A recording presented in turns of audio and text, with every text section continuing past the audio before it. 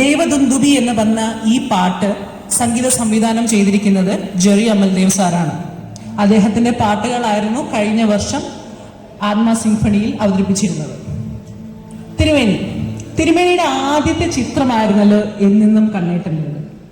ആദ്യ സിനിമയെക്കുറിച്ച് അങ്ങയ്ക്കുള്ള ഓർമ്മയൊന്ന് പങ്കുവെക്കാമോ? ഞാൻ പറയാം.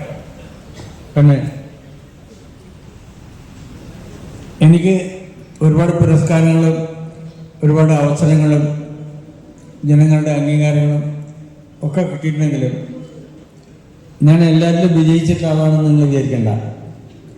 പൊളിഞ്ഞിട്ടുള്ള ഒരാളാണ് പല രീതിയിൽ.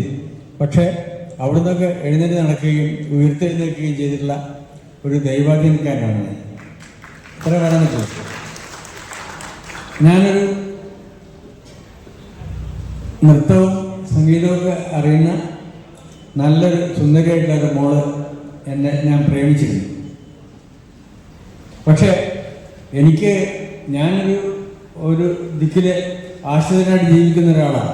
അന്ന് എനിക്ക് വേറെ വലിയൊരു സാമ്പത്തിക ഒട്ടും സ്ഥിതിയില്ല. വിദ്യാഭ്യാസപരമായിട്ട് അത്ര വലിയ ആളെന്നുള്ള ഞാൻ സംഗീതത്തിനും ഒന്നും ആയിട്ടില്ല, സാഹിത്യത്തിനും ഒന്നും ആയിട്ടില്ല. അങ്ങനെയുള്ള സമയത്ത് ആ മോൾക്ക് എന്നെ സ്നേഹിക്കാനല്ലാതെ എന്നെ അതിൽ കൂടുതലൊന്നും ചെയ്യാൻ പറ്റില്ല. അങ്ങനെ ആ പ്രണയം പൊളിഞ്ഞുപോയി.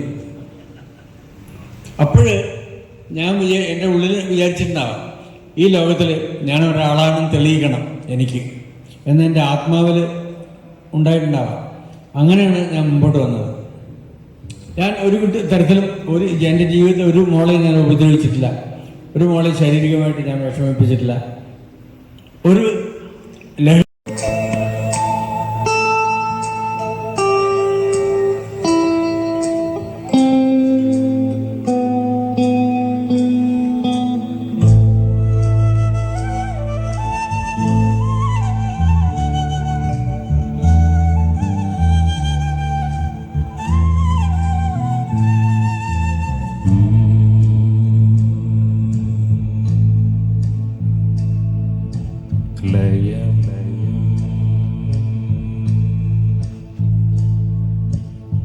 സാന്ദ്രലയം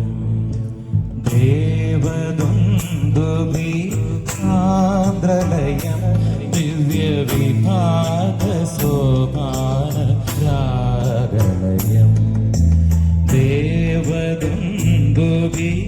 സാന്ദ്രലയം ദിവ്യവിഭാഗ സോപാന രാഗലയം ജ്ഞാനമുണർത്തും മൃദുപല്ലവിയിൽ കാവ്യമരാള ഗമനലയം ദേവദുന്ദുബി സാന്ദ്രലയം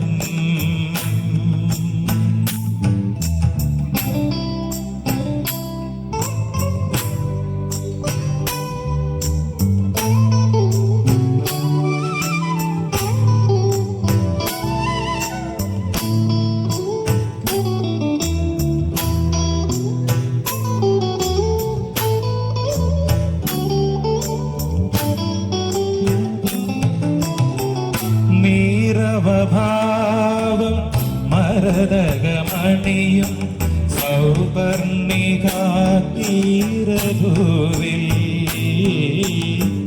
നീരവഭാവം മരതകമണിയും സൗപർണികാതീരഭൂവിൽ